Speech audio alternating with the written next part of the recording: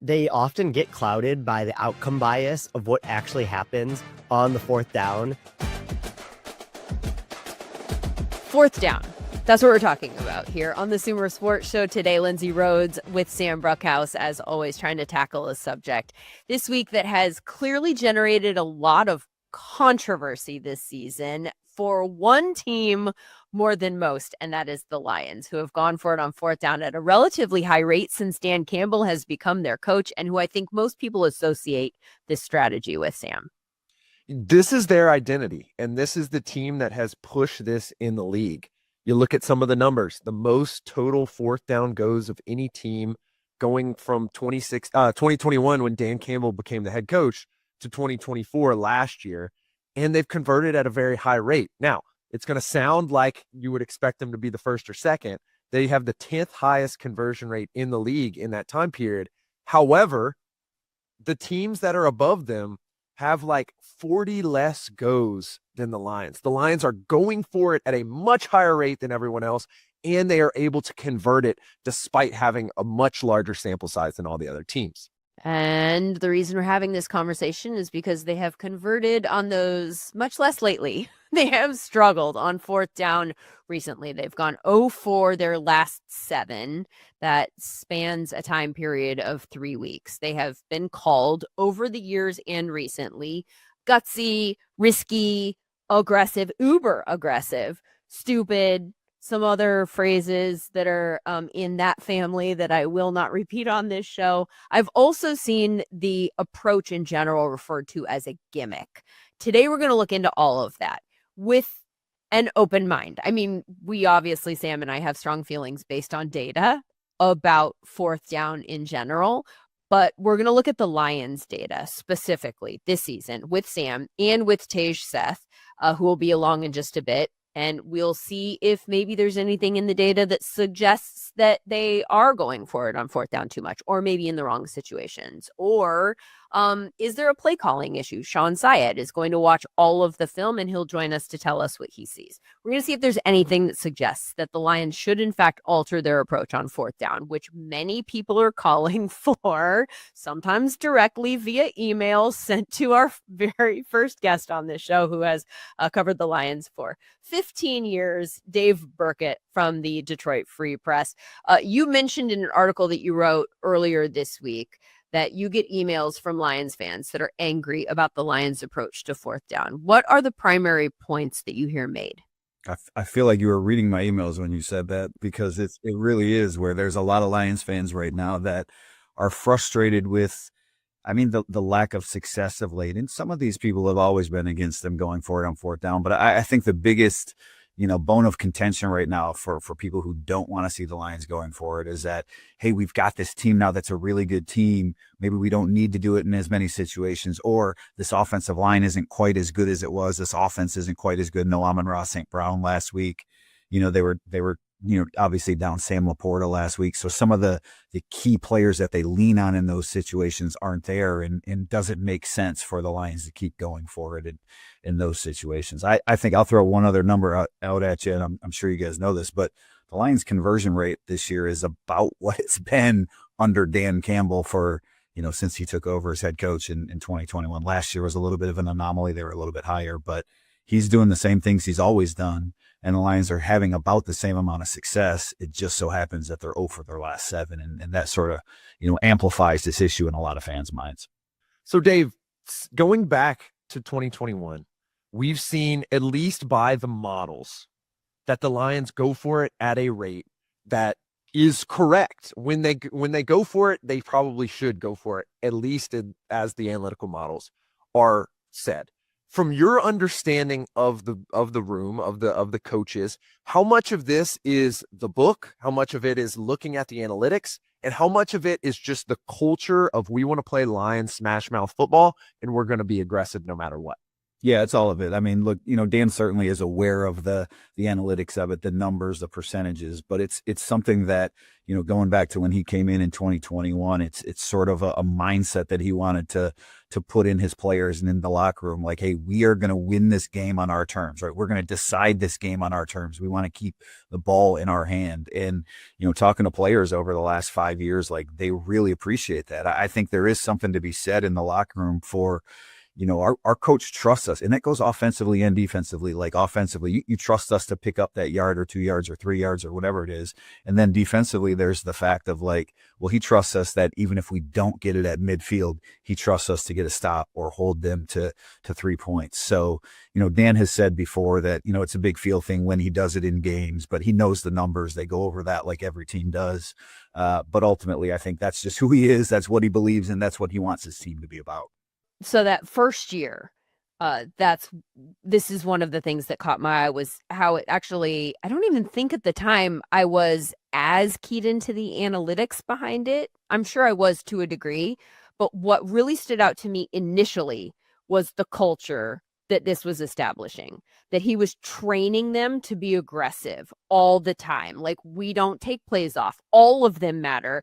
And especially in a first year where you're coaching a bad team, like they won very infrequently and had historically won very infrequently, and you're trying to just shift the mentality.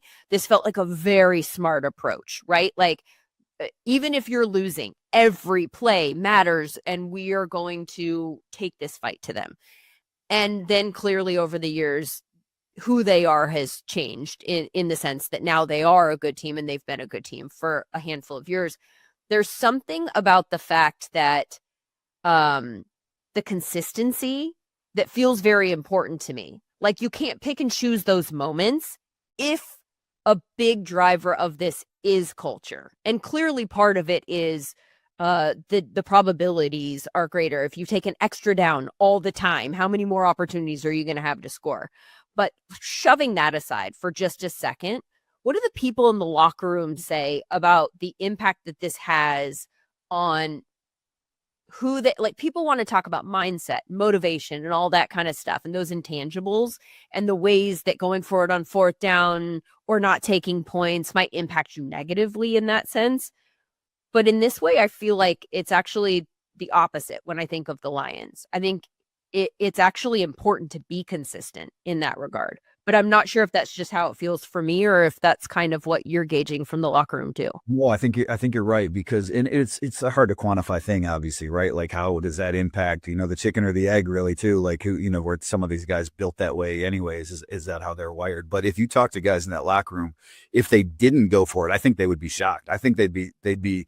It's not just Lions fans, right? Some of these players, they stay out on the field because that's what they come to expect Dan to do now. When you're in fourth and 3 or less, and you're midfield 40-yard line, whatever, wherever you're at about in that range, even close to the goal line, like he just believes in, like, that play is valuable. We're going to get those points, and I think there's a lot of trickle down that the players, the confidence it gives them in some of those situations, the expectation that they have for that, if it's 3rd and 6, I don't need to pick up 6 yards here because we're going to get to 4th and 2 and we're going to go for it on 4th and 2. So I do think there's a whole lot of trickle down that, when you talk to players, that they really appreciate that Dan has built that culture around them. They say, not about this, but about a lot of things, right? The standard is the standard, no matter who's coming up and what backup offensive lineman you're trying to play in a given week. I think the same goes to exactly what you said, that the standard is the standard, no matter how good or how bad our team is. We're going to keep this game in our hands, and we're going to go try to win it on our terms.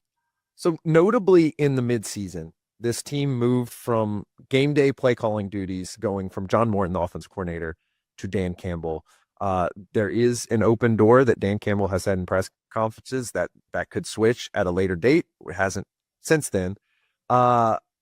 Obviously, one of the things that is a controllable by the coaching staff, but is not necessarily accounted for at the exact time in the fourth down decision models, is play calling.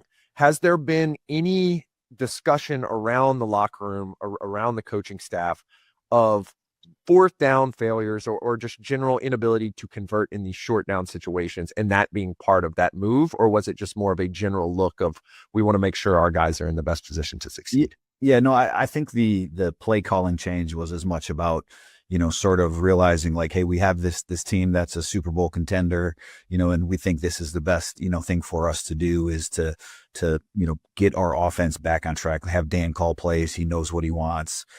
Maybe, I don't want to say salvage the season because, 7-5, it's not like the season is lost, or when they made that move, certainly it didn't feel lost at the time. But, I think when you look at some of the fourth downs that they failed on, right?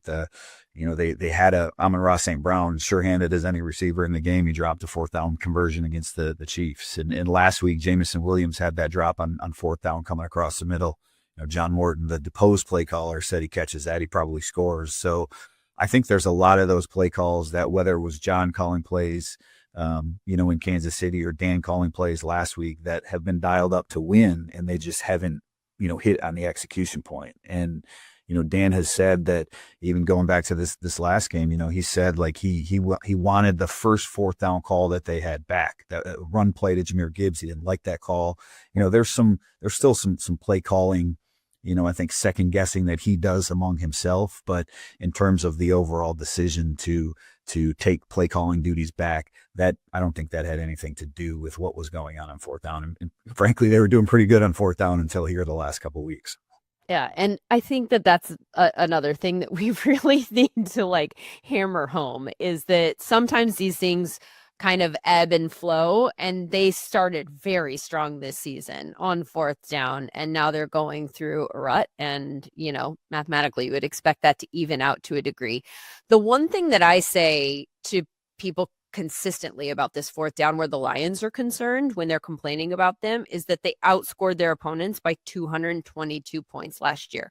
That was by far and away the number one scoring differential in the NFL. Number two was plus 160, right? Like, so, and I tend to think that this approach was part of the reason why, not the whole thing. They're talented, but like keeping your foot on the gas has, the results have been there, right? Like, they haven't won a Super Bowl yet, but to me, that's a separate conversation, because I think winning a Super Bowl is result. Getting to the playoffs is process, and that plus 22 indicates that they did exactly what they were supposed to do against every level of opponent and didn't play down to the level of competition. Like, there are so many things that says about a team. This year, their record is not as good. They're struggling on fourth down at the moment, though not on the season. And they're still their scoring margin is still the third highest in the NFC. So they're sitting outside the playoff picture at the moment.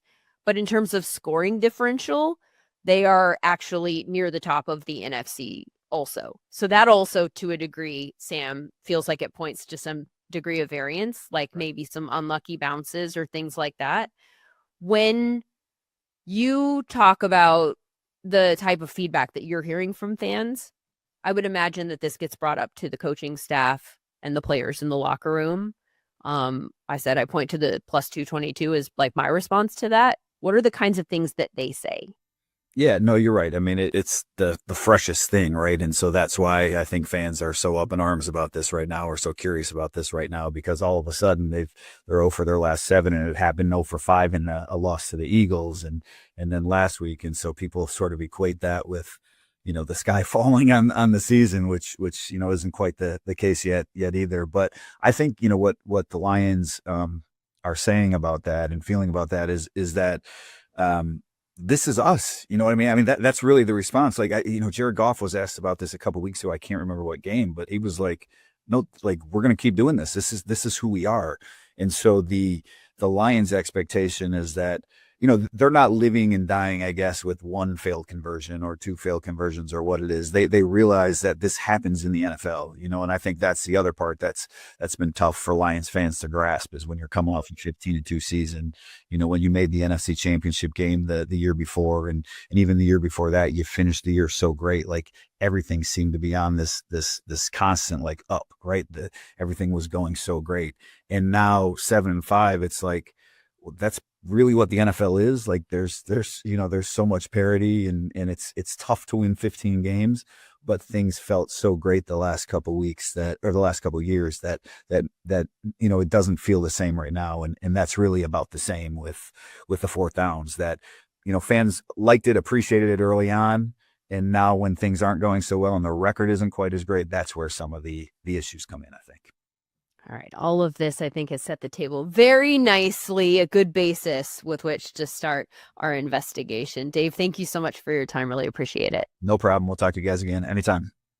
So we've got some things that we need to look into, and we've got just the person to look into those things with. Tage Seth from the Stats and Scheme newsletter, which if you're not subscribed to, you should be. And we'll tell you a little bit later on how to do that. Tage happens to be a lifelong Lions fan. And if you want to feel old, listen to him tell you when that lifelong started. It did start in 2008, which was the 0-16 season. I have this very distinct memory of jumping into like a pile of snow with my friend outside his house. And his dad came out and told us, you guys need to come in. The Lions might be the first ever team to go 0-16. And we watched the fourth quarter, like in their house. I like remember this like clearly. I was like, wow, I cannot believe that they're the first team to go 0-16, but then became a lifelong fan somehow after that. So Tage is also a data scientist. So he and Sam are going to walk us through what the numbers say about this team this year. First, Tage, I would imagine that you, as a Lions fan and as a data scientist, probably hear a lot of the same complaints that Dave has heard from fans when you hear people get angry that they're going for it on fourth too much. Like, what do you tell friends? yeah, I mean, I do have a lot of friends from high school, friends that I grew up with, that get angry whenever the fourth down aggressiveness decisions don't work. And I think that they often get clouded by the outcome bias of what actually happens on the fourth down instead of the decision itself before we even knew what the outcome was going to be. And Dan Campbell is someone who has been very aggressive since the first day that he started coaching the Lions. Fourth downs was a huge reason why the Lions had so much success these past couple seasons, making it to the NFC Championship game 2 years ago, getting the 1 seed in the NFC last year. And now they're just hitting the bad variant side of fourth downs. But it's the identity of what Dan Campbell has pushed for this Lions team. And it's usually backed up by the math on whatever decisions he's making. So I do think that they've been a big part of the success up until this season. And this year, they just haven't worked out as well. So just to illustrate a little bit more about the bad variance, I'm going to give you some stats and I want your thoughts on them. Last year, the Lions were one of the best teams in history at accumulating EPA on fourth downs. I believe they were technically the third best going back to 2016 in total expected points added on fourth down go situations. This year, that is pretty much completely flip-flopped. 20th in EPA across all fourth down snaps, despite going for it at a very high rate, 16th in EPA accumulated per fourth down go. So can you explain a little bit more the regression of what we've seen this year and what that may mean moving forward? Yeah, I mean, those are really good stats to bring up. I think the first point is there's a lot of luck involved in these small sample size, subsets that we look at, like fourth downs, like where you don't get enough plays to truly determine if a team is good or bad at fourth downs at this point in the season. So I think that's definitely played a role, and the Lions were probably lucky last year, like you mentioned, and then unlucky this year. But there are some underlying aspects of the Lions offense that are probably causing them to be worse at fourth downs this year. One, you lose Ben Johnson, who, you can see what he's doing with the Bears right now. Like, he is one of the best play callers in the league, one of the best play callers in high leverage moments that I've seen in the NFL. So I think that's been a big reason for it. And then the other reason is the interior offensive line play has just seen a huge downgrade this year, where, you go from the offensive line being like the strong suit of your entire team to a situation now where you just feel uneasy about both of the guards in the center on every play. And I think that's been a big reason why they haven't been able to convert as many fourth downs as well. Yeah. And just to add some data to that, Lindsay, when you look at our Sumer scores, particularly at the guard position, they moved from Kevin Zeitler, who we had on a lot of our Pro Bowl All-Pro SumerSports list last year, who had a All-Pro level Sumer score last year, to Tate Ratledge, the rookie, who is having slightly above average starter season right now. And then Graham Glasgow, who they've since moved to the center position, was at about that above average. We haven't seen that level of play from Christian Mahogany, who is now out due to injury, and they're trying to replace him with various other people. Move that over to the center position, where Graham Glasgow is now playing at that slightly above average level at the center position. Frank Ragnow had one of the best seasons that we had seen, Lindsay, at the center position. So it is interesting to see how some of these facets play into their total performance. But Tej, I want to hammer something home. This is still one of the best offenses in the league when it comes to some of these statistics, right? It is. The Lions offense has done a really good job this year of taking advantage of below average defenses. Like in those games, they're putting up a lot of yards, a lot of points. You see the explosiveness in games like the Bears game early in the season or the Commanders game a couple weeks ago.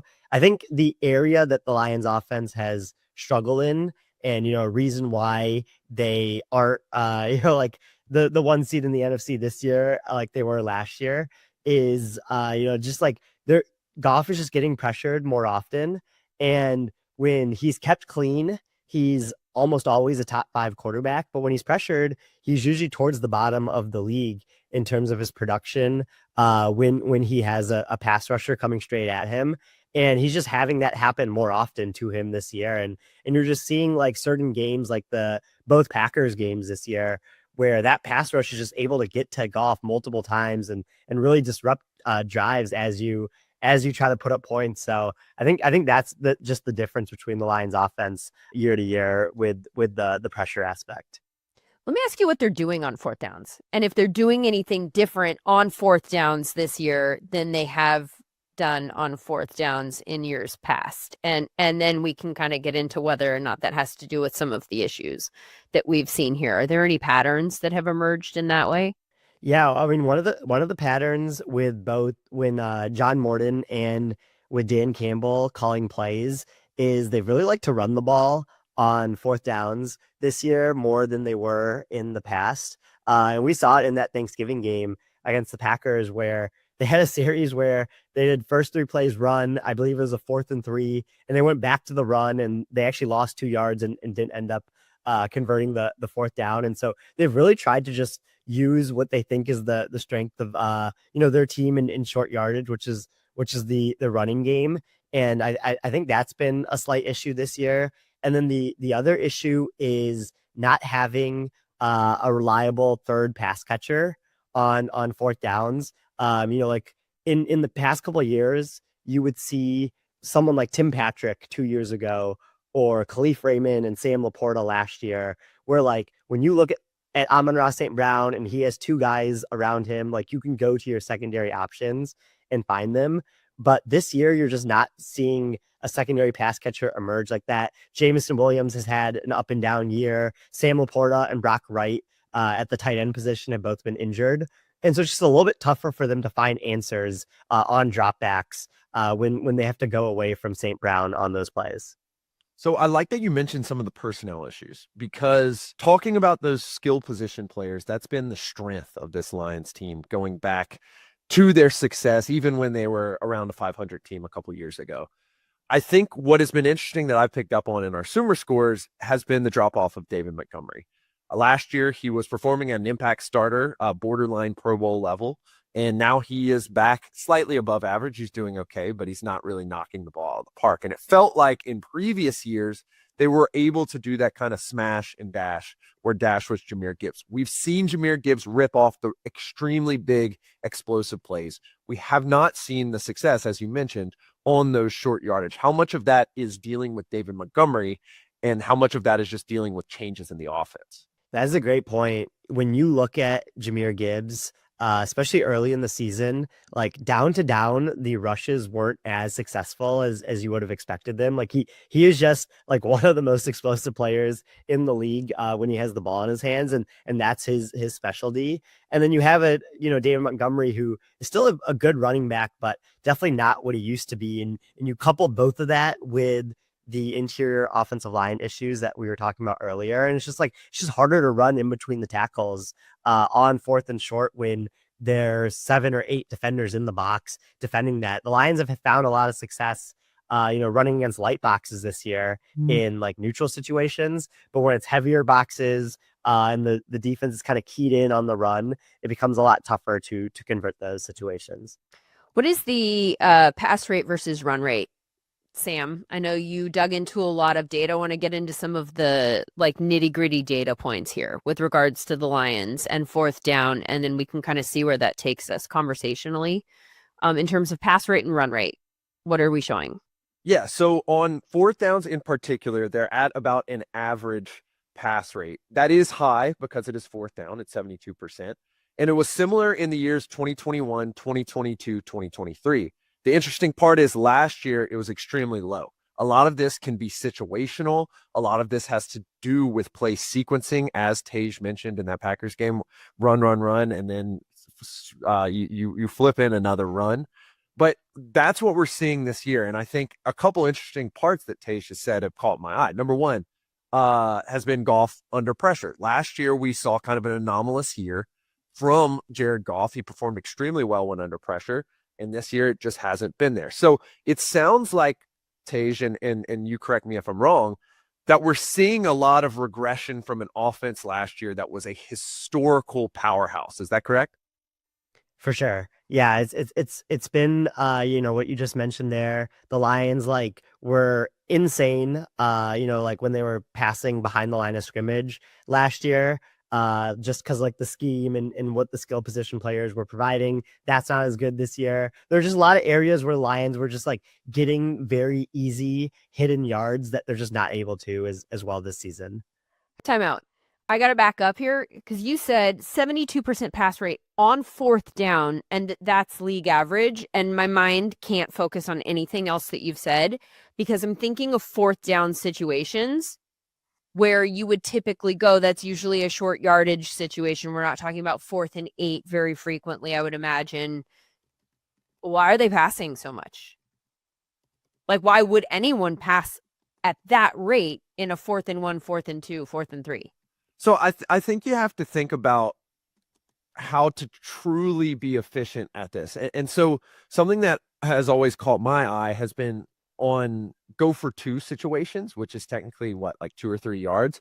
Typically you see a high pass rate there as well. You also got to consider a lot of these 4th downs are end of game situations as well, where it is those 4th and 5, 4th and 6, 4th and 7. Are they for the Lions? Not particularly for the Lions, but I'm saying when you're looking at the league average, right? You got to consider those kind of 4th down half situations when you kind of got to have it. And as a result, that adds in that group as well. Okay. That just feels like I would imagine a very, very, very lopsided run rate here. And I think most people probably would expect that too. In terms of the other things to come off of 4th down, how successful are they? What are we actually talking about here in terms of where they rank in EPA or whatever other kinds of stats that you want to say here? Because we're talking about them, they've gone 0 for 7, and now we're freaking out. It's all bad, right? At the beginning of the year, I actually just found a tweet of mine where they went for it. They converted 6 of their first 7 4th downs to start the year. So that kind of speaks to maybe a little bit of the variance that you're talking about, a very, very insane conversion rate to start off with. And now it's very, very low, and the math will math and it'll kind of meet in the middle. But in terms of their EPA on these downs, what is it? Where does it rank? Are they much better or worse than anyone else? So where it ranks currently in terms of expected points added is at the bottom of the league. And I think the true question here is, number one, is that variance? I think Tasha's done a really good job of delineating. Yes, it probably is variance. Number 2 is They're just a couple, because this is a small sample size, they're maybe one or two conversions away from being one of the better teams. And so you look in particular at that Eagles game where they go practically 0 for 5, and you look at some of these situations. There was a situation where they could have gone for a field goal attempt situation. It was a slight nod towards this, but then there were other situations that were a little bit more kind of not exactly the ones that you want to go for. You're across the 50 and you're throwing the ball. You would have to throw the ball in order to get the fourth down. And it's kind of changing because of what we've talked about many times about, kickoff and where that ends up being, and so forth and so on. But when it really comes down to it, the thing that has dropped them, Lindsay, has been the last 3 games, or in particular, the Packers and the Eagles games, and not being able to convert in those games. And it's a real thin line between being an extremely successful team at this point in the season through week 12 and being a team like the Lions, where Dave is getting emails saying that they got to change their strategy. And I think that's what we have to keep in mind here. And Tej, I'm interested in your thoughts about what you think may happen going forward, given the ideas of regression and stuff like that, because it is this thin line. Yeah, those are really good stats to bring up when you look at the success of the Lions this year. And you definitely see that in the numbers of what I've looked at in terms of success rate. Like, I think first 4 weeks of the season, they ranked right around like 10th or 11th in terms of fourth down success rate. And then since then, it's been like 22nd, 23rd ranked team in the league. And so, that's just kind of like the roller coaster ride that you go on when you choose to be aggressive on fourth downs like the Lions are. The key the rest of the way will be if the Lions can still stay aggressive in these decisions despite not having the success that they're accustomed to. I personally think that they will, just because it seems to be the mentality of the team. But we have seen situations before where aggressive coaches have become more conservative in these situations because they have a bad run of fourth down luck. Yeah, and great point there, Tej. Lindsay, to that point, they have maintained this ability all the way through the Packers game. They are still near the top of the league in fourth down goes. They've gone for it 25 times. That is tied for fourth. And, third and second and first are just a couple above them. And they're still near the top in fourth down go rate. They are fifth. They are 29% of the time they are going for it on fourth down. So this is a team that it is part of their identity. And I think it's going to be key, especially given what we've established. This is a good offense.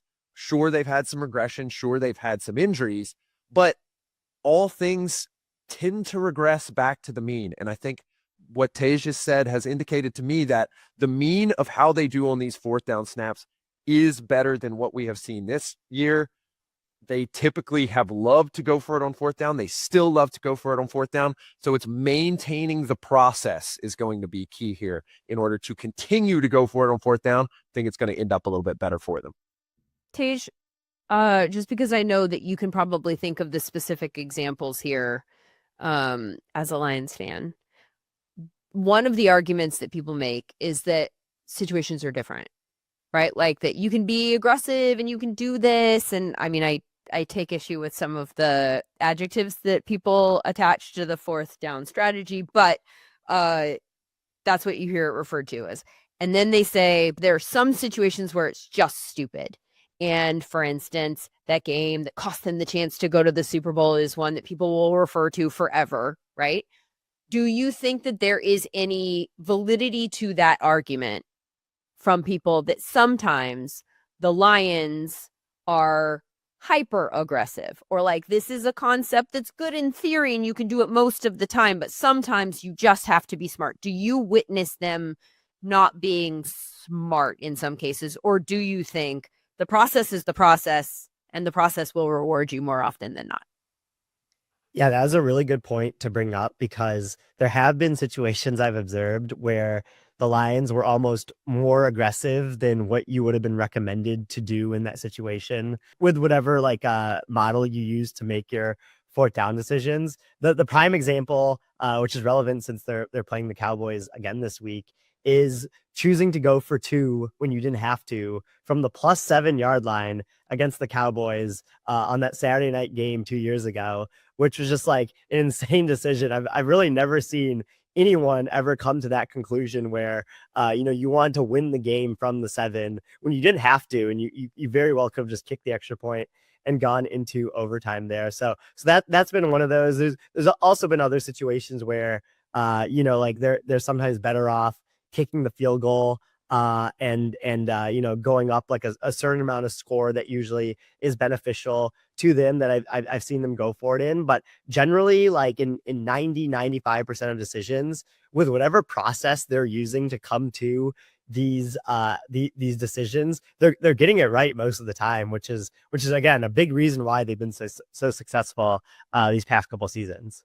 Was Troy Aikman on the call for that 4th and 7? And did he say the analytics said to go for it? I'm just kidding. That's a hypothetical. Tej, Seth, you're the best. Thank you so much. And everybody, if you are not already subscribed, the Stats and Scheme newsletter could be in your inbox. Tell people what they're missing, Tej. Yeah, I appreciate this. Been a lot of fun to do it with Shawn this year. I just throw data on there, and then he makes it look good in the writing. So we have game previews, we have leaderboards for our Thursday newsletter, and then we have game reviews and summaries of the best performers for our Monday morning newsletter. So appreciate everyone that's been reading so far this year. Can subscribe at SumerSports.com, and I promise you it will be a welcome email that will show up in your inbox. Most of them are not. Tej, thank you so much. Thanks, guys. All right, one more guest now, and it is the other half of that Stats and Scheme newsletter, the aforementioned Shawn Syed, taking a break from all of his tape breakdowns to tell us what he has seen with the Lions. Shawn, we talked about some of the things that Tej saw when he was watching his team. I know that you went back just yesterday and watched every single 4th down that the Lions have run, all 25 of them. I think the main thing that I want to hear from you is whether you thought any of this had to do with like play calling. Is there something that with their approach this year that feels different, that could be altered moving forward without altering the actual approach of going for it on 4th down as a concept? I think you could look at some of the things last year, the year before that of course, Ben Johnson has just absurd creativity. But then when I looked at some of these clips, you're thinking back to that Ravens game where you're handing the ball off to Amon-Ra St. Brown and he's pitching it out to the running back. They run a similar kind of concept again later on a 4th down. And as you mentioned, it's 25 plays. This is not a 550 play cut up from 18 weeks, right? Like this is such a small sample size that is so volatile. Because for me, when I was taking away, like, what am I thinking about after watching these? There's like 4 or 5 plays that are real toss up. Like, is that a drop? Like, that is kind of a drop. I think we can think back to Thanksgiving where, yeah, that throws behind Jameson Williams. You hope that you're able to connect on that. And if I'm saying, okay, there are 4 plays now that are falling in your favor out of a 25 play sample size, that is going to juice your numbers. It's going to feel like more like it was last year. So I think you could say, all right, well, the execution on some of these run plays is not as good as it should be. And then someone could say, hey, smart guy, if execution's bad, then maybe their assignments should be a little bit different. And that is on the concepts. But I just feel like, hey, if you're going to be a team that is going for it on 4th down, which I think is a smart idea, you are living in a world where a little bit of volatility, it might feel like a lot in a small sample size. How many drops did you think you saw? I think you could argue for probably 4 ish. Like I'm fine if you say like, hey, this is a little bit on the throw, this is a little bit on the receiver. Like I don't have to be like, oh, the receivers aren't able to catch the ball, so this is a problem. I think that those are situations where it's like on an even play, you're probably getting a completion in that situation. So I think we could say 4. And Sam, of the 25 4th downs that they have attempted, how many have they converted? On the season, they have converted 13 of these 4th downs. Okay, so 13 out of 25 is a 52% conversion rate. If you add 4 more to that number and you make it 17 out of 25, are we looking at something in the high 60s? I think that's like 68, right? And look, I think it might be a little unfair for me to come on here and be like, oh, drops are the only reason. Like, if you catch the ball, like, yes, you still have to be able to do that. So I think maybe that's a little unfair to say, oh no, like we just hand wave it. I just think like we have to understand that if we're playing this variance game, there are going to be times where it runs cold. And I don't think that that means like we have to unfold the entire process here. Yeah. And for context, Lindsay, that's the whole standpoint on this variant stuff and why we like to put it in historical context as well. Like this is still about an average year in terms of conversion rate going back to 2016. Now, the league has changed since 2019. The league has changed since Dan Campbell took over in 2021. That being said, we're talking about 4 plays here. 4 plays gets them in the top 10. 4 plays probably wins one of these games for them. And I think Shawn, especially highlighting that Ravens game where you have an innovative play that ends up practically icing the game for them. I think this is why this strategy has to continue. Do you agree? I mean, absolutely, right? Like if I'm coming on here and saying, okay, well, there are these 4 plays that would be this massive swing.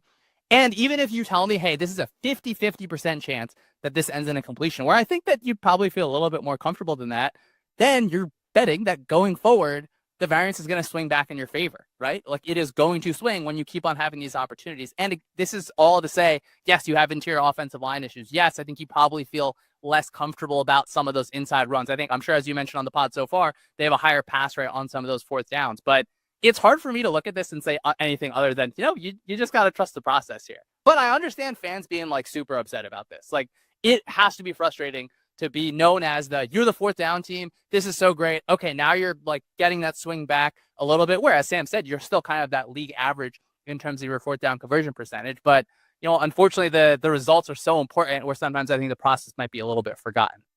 We talked earlier about their pass and run rates on 4th down. So we're passing at a 72% clip.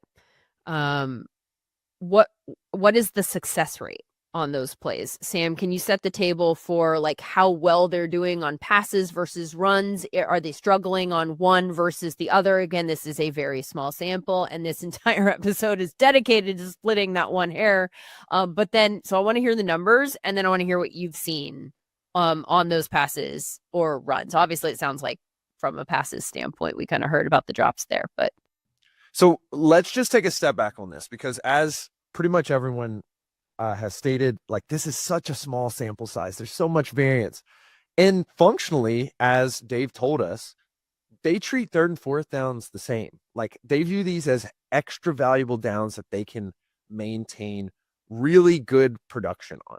And so let's take one step back and look at their production in the pass and the run on late downs, 3rd and 4th downs. You look at their performance amongst the league right now in EPA per pass, they're 14th, so slightly above league average. They're not doing terribly, but in EPA per rush, they're 31st. Now, this is across all late downs, Shawn. Are we seeing this same type of struggle on 3rd down as well? Or is it those super high leverage turnover on down situations on 4th downs that's really killing them in this statistic? Yeah, I think thinking about 3rd and 4th down is the same. I think that might be a little bit unfair to the process. I do think like they have interior offensive line issues. Like that is clear. I think that, I know the numbers are telling us that Jared Goff has struggled under pressure this season, certainly as compared to last year. I think back to the kind of start part of last year where Goff was kind of nails under pressure, if I'm remembering correctly. And then he makes his way into the MVP conversation almost because of it, right? So I do think that kind of under pressure situation is really causing them a bunch of issues. And it's going to be interesting to see because you still have some good teams kind of going forward. So I do think that some of those issues on 3rd and 4th down, like they feel different from each other, but they still kind of describe, right? This is the whole entire project of the Lions offense that is still ranking quite well by EPA per play, right? This is not a bottom of the barrel offense by any means, but it is these unfortunate, just small windows. You get this team into 3rd and long. I think you can feel a little bit more comfortable where, maybe you're not able to produce as much on some of those deep shots this season. So you can go look up these EPA numbers that we're talking about here on late downs at SumerSports.com in the data section. And then there are filters for early down and late down. What I think is fascinating about the picture that you just painted for us on late downs is if you go filter for early downs, 1st and 2nd, Lions are number 1 in EPA per pass. Very, very good on 1st and 2nd. They are 3rd in EPA per rush. So can you explain to me why they are so good on those early downs and that then the numbers are so different on the late downs? Yeah, let me set up the data perspective first, because I'm really interested in what you've seen, especially from that personnel side, as you said. So if you want to filter for guys that have had like 100 carries, I think there's like 37, 38 of those guys. Jahmyr Gibbs is second in EPA per rush. But then when you look at down by down success rate, that goes down to 11th. And so what we're figuring out there is that the Lions are able to generate these immensely explosive plays using Jahmyr Gibbs in the running game in the early down kind of, you don't know if they're going to pass, don't know if they're going to run. This is a play action heavy team. And thus they're able to utilize some of those instances to spring Jahmyr Gibbs early on. And then he runs for 67 yards. We've seen with speed past everybody and score, but the down to down success rate has not been 100% there. It's more around like what we would expect, a middle to bottom tier certified starter to be at. And so when it starts getting into those tight situations, and you don't necessarily need a certified explosive play, and Tage kind of hit on this as well, and Shawn mentioned the interior offensive line, I think that it comes down to a little bit of personnel. Would you agree, Shawn? I mean, I think it's so, right? On the inside of the offensive line, certainly. Like, it's a real bummer that you're not going to get Frank Ragnow, who I hope Frank Ragnow's hamstring is doing okay. It sounds like it's in a little bit of a tough spot, but is it attached? I just hope that when you're an offense that is going to create a ton of conflict by being under center, you have a little bit more of an advantage on early downs. And when you're in a predictable pass situation, I mean, we know third downs are volatile across the league. Like, that is what they are. That is going to be on a year-to-year basis, something that it can be up, it can be down. And this year it feels like, all right, you're down at certain points where also some of those inside runs that people love when Ben Johnson had, like, we're going to hand the ball off inside on 3rd and 5 to get to a shorter 4th down, but it's actually going to end up being conversion. Feels like maybe you don't have those kind of in the same way. So it's going to be interesting to track because we still have some weeks of data. There's a realistic possibility that it straightens out, but then there's also the point that, maybe you just step back a little bit on that offensive line that shows up on the film, that shows up in the numbers, and then that kind of just really, really ruins this whole entire project. I might be asking you to repeat yourself, but just for clarity, I can imagine that some people would listen to the disparity between those early down and late down numbers, and then the reasons for why, from a personnel standpoint, maybe we're not as built to be successful in these short yardage situations as we are on the earlier downs. And if I were somebody that was arguing against them going forward on 4th down all the time, I might say that you just sort of helped my argument. Like, we're not as good in those short yardage situations. Maybe there is an argument for, like, we're not the team this year to do that. What would you say to that, Shawn? I think my answer would be, well, like, do you care about the hiring your win probability, or do you not? Because yes, I understand, like, if you are, or there is a world, right, where your team's, like, your conversion probability is a lot lower. So, like, this generic model that it will get published is different than your internal model. Like, I absolutely appreciate and understand that. But these situations, like, I don't want to be watch the film. Like, there are 4 clear examples where it's like, this should be a completion. This should be a positive situation. And then it's like, okay, well, this number, it flipped so crazy. So I think, yes, you can say, all right, well, our team as a whole is maybe not in the same way. To me, though, the answer to that is not, let's not go for it on 4th down. It's, we're going to have to adjust our approach a little bit because, I am by nature aggressive. Like, I'm not going to get fired if the Lions don't get their next 7 4th down. So I want to lean in that way. And, but forgive me, guys, for really enjoying points on the board. All right. I think that's a pretty good note to end on. Shawn, Syed, thank you so much. Appreciate you. Thank you. All right, Sam. So a lot of ground covered there. I think that one of the things that Shawn touched on there in his last answer about win probability is maybe part of the disconnect that's happening here is that win probability is highly mathematical and sometimes it's not intuitive. And so it's hard for somebody sitting on their couch to go like, oh, this is what they're going by. And also, I actually think the biggest part of the disconnect here is history. Like, a lot of us, myself included, grew up watching football where 4th downs were treated a certain way and they meant one specific thing. You punted, you kicked a field goal, or you went for it occasionally only if you were, like, down and desperate and running out of time and, like, let's go be aggressive because we have nothing to lose, that kind of thing. So I sort of think that the entire thought process has shifted entirely. Like you have to just look at it completely differently. Can you explain what teams and people in buildings are now, why they're doing this? Like what is the thought process, taking the math out of it with the win probability stuff?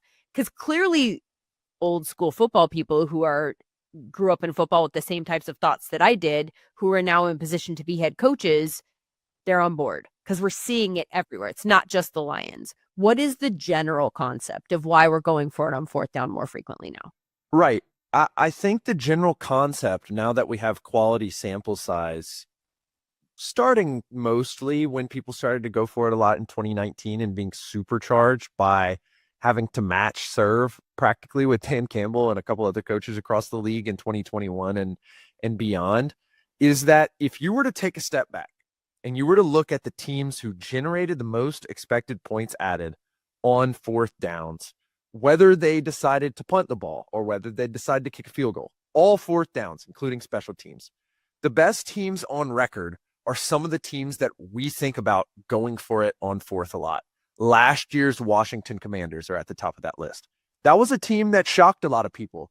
Obviously, Jaden Daniels played extremely well, but going into that year, we didn't think they were an uber talented team. They were able to add a lot of expected points by winning on fourth downs and going for it on fourth downs. And again, this is including special teams. The second team, the Kansas City Chiefs, this year have completely changed their strategy surrounding fourth down. Andy Reid, an older coach, has changed his mind about how he's approaching these. They are more aggressive on fourth down. They have seen the benefit. Now, maybe it's not showing up in the win column, but they've seen the benefit. And then finally, we've talked about it a couple times. The 2024 Detroit Lions are the poster child of this. They were able to run the score up on everyone. You start including some other sample sizes. We're not seeing, again, across fourth downs, including special teams, you don't really see a team going back post 2019 that wasn't aggressive. The Baltimore Ravens were ahead of this many, many years prior than everyone, or a really, really good team like the Kansas City Chiefs. You don't see them taking advantage of this fourth down. So I think that's what Dave said about the Lions valuing fourth down at a different rate than everyone else. I think that comes into a key item, and it really helps it put in perspective that there's true value other than just giving the ball to the other team on these fourth downs. And you got to make sure to take advantage of that. It's the extra play and the Right. accumulation of adding up that many extra plays over the course of a Exactly. season. That lands to me as somebody who can hardly do math, right? Like, if you say, so for instance, if we have 3 possessions and it's the difference between 3 downs, 3 chances per possession on each of those 3 or 4. So now you go from 9 to 12. You've added an entire other possession just by going for it on fourth down each of those times. And so the probability that you're going to score goes up, or that you're going to convert and that's going to lead to a score. It makes sense to me that ultimately your opportunity to score would increase.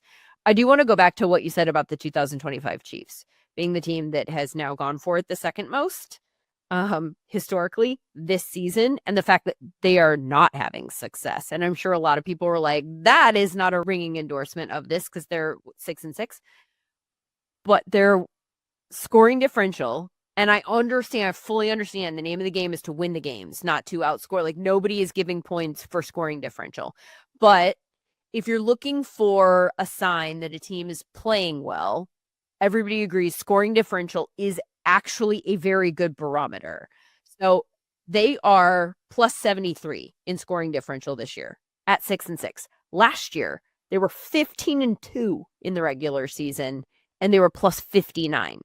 So to me, this paints a story of like weird lucky bounces maybe and variance to a degree. It could also, I suppose it could point to specific game management situations. I don't know. What do you make of the difference in the scoring differential? It's incredibly different, the scoring differential and the actual record. Yeah. So to better define what you mean by this is a barometer, we found in particular that point differential is a better predictor of future success, so the upcoming weeks, than just sheer win total. And so when you start breaking it down, there are things based off of point differential and based off of matchups against teams and team strength that do this. The teams, the Chiefs really are more of a 7.5 win or an 8-win team when it really comes down to those core predictive metrics. And that means that they're one of the better teams in this league. And that means that they're probably better than just a 500 record. And that, so exactly what you said, Lindsay. There's some weird variance, maybe some defensive regression that we've seen. Maybe they've had a harder strength of schedule, which isn't exactly getting much easier down the stretch. But as a result, it's a small sample size sport. And the items that are predictive are saying that the Kansas City Chiefs are a good team. They are saying that Patrick Mahomes is playing extremely well. That is why you're seeing the analysts like me and Tej really stick to their prior, is the term that we like to use, on the Chiefs, that the Chiefs are one of the better teams in the AFC because of the metrics like this, because the correlation between future success and things like point differential and things like ELO ratings and things like Pythagorean win totals are better barometers. And that's also why they show up so well in these fourth down statistics as well. So odds are, in the next 3 or 4 weeks, as we close out the season, they end up winning a close game that they haven't won in the past because they are going for it on fourth down and because of those scrambles that we love seeing in these clutch moments on third and fourth down from Patrick Mahomes, because they've been very good at it this season. So fascinating, this team in 10. I think all of that makes sense. And that kind of matches up with what a lot of us were just watching the games feel like. I have a sense that, like, in a lot of ways, Kansas City feels better this year watching them play football than they did last year. And yet they won a lot of games. Then on the flip side, in the AFC this season, I'm watching Denver, for instance, and I'm not necessarily feeling like they're a team that I have a whole lot of confidence in on the offensive side of the ball in particular. Defense is great, but like the offense, I'm like, I don't know how they're 10-2. You know what I mean? Like, there are teams that we watch where we're like, it just feels lucky to have a specific win-loss record. And then in Kansas City's case, maybe a little bit unlucky. So I totally agree with you. I have not moved off of them as my Super Bowl pick, because I still think that there's a strong chance that they come out of the AFC. So this is all kind of making sense to me in that sense. I am curious about, so Kansas City's obviously one of the answers to this question. You said earlier in the show that the Lions were tied for fourth in number of fourth down goes this season. I'm curious about who the other teams are that have gone for it more than them. I'm curious to see what type of picture is painted. So I'm a read the names off, and then I'm gonna tag them with, are they going when they should go? Oh, okay. So let's start off. Number one, the New York Giants. Number one in going when they should go for it is the New York Giants. I think that is why we saw a couple of very strange wins when Jackson Dart was able to play. And I think, they literally on Monday were a little bit more conservative in they were so conservative that Troy Aikman was saying they should have gone for it on fourth down. And so that's a real sign that there's been a little bit of one of those times, at least, he was being sarcastic, I think, and trying to needle those of us with the analytics thing. Yeah. Continue. But that's a team where, maybe they're down a lot. They're a lot more aggressive. The interesting portion on this is a lot of people have been asking themselves, how are the Carolina Panthers having this record? The reason why is their second and fourth down goes. They've accumulated a ton of fourth down EPA. As a result, they are also third, right after the Lions, in going for it when they should go for it. And I think that has been a major difference. The New Orleans Saints, I think, are in a very similar position as the New York Giants, where they're behind a lot. They have to go for it. They're not necessarily going for it a lot when they should go for it. That indicates to me that they're in some tough positions. And then finally, another team, Lindsay, where it's like, how is this team doing so good? The Jacksonville Jaguars. They are in the top 10 of going for it when they should go. They are tied with the Detroit Lions in that kind of rank. Some of these teams have the same because it's just, a single number, but they're tied with the Detroit Lions in going for it. And I think that's another reason and another sign that is kind of the thesis of this show, is that I think the Detroit Lions are going to bounce back on fourth down and win some of these games, because you look at the Carolina Panthers, you look at the Jaguars, who are probably, when it comes down to it, 500 or slightly below 500 teams. They have been able to win these games because they are taking advantage of that extra down. Panthers. A lot of people asking themselves how they beat the Rams this week. And there are a lot of different answers to that. Yeah. But one of them is that they went 3 for 3 on fourth down attempts in that game and scored 14 points on those downs directly via touchdown, and 3 more indirectly by converting a fourth down that kept a drive alive that they then kicked a field goal on. They beat the Rams 31-28. We've done this so many times this season where we have stated examples of teams going for it on fourth down and then won only because they did.